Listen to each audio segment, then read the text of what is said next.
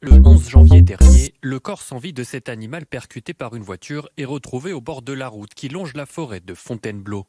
Pour la personne qui filme, cela ne fait aucun doute. Un loup, un vrai loup, sur le bord de la route, Fontainebleau. Incroyable.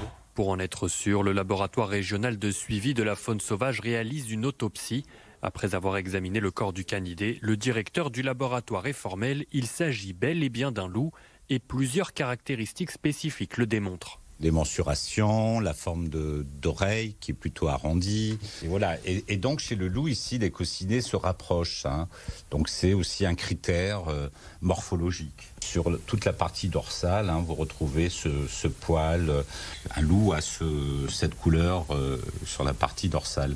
Le loup est un mâle de 4 ou 5 ans pesant 53 kg et mesurant moins d'1 mètre. Selon ce spécialiste, cela n'aurait rien d'étonnant de revoir l'espèce s'installer dans la région. Le loup peut vivre comme il a vécu autrefois en Île-de-France, même si c'est devenu plus urbanisé qu'il y a un siècle. Mais pour l'association Ferrus qui œuvre pour la défense et la sauvegarde des grands prédateurs, l'environnement francilien est encore trop inadapté pour que les loups s'y installent. Le sujet en Île-de-France, c'est que les forêts périurbaines sont extrêmement fréquentées. Donc c'est des loups qui ne resteront pas. Ce qui fixe un loup, c'est la femelle, c'est la création d'une meute. Des analyses génétiques sont en cours pour déterminer de quelle espèce de loup il s'agit et de retracer le parcours de l'animal.